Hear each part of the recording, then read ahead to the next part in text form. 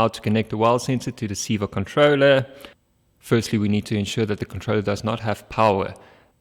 We can disconnect it from power by removing the positive MC4 connection or pulling the fuses. Before we connect our well sensor, we will have to extend the cable. As we can see, the supplied well sensor has both a red and black cable. The polarity in this connection is not important, but what is important, we need to ensure that the insulation on the cabling and the extension is watertight.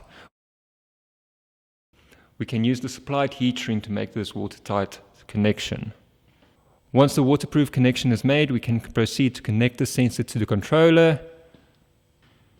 We can start by opening the controller and removing the protective grommet inside the extension.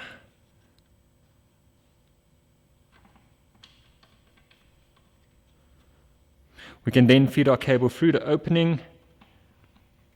And again, the polarity of the cable is not important, but we are connecting to well and COM on the controller.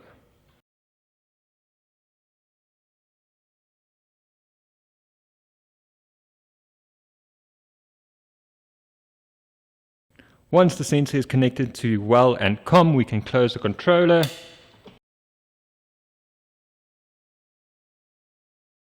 And proceed to install our well sensor 20 to 30 centimeters above our motor.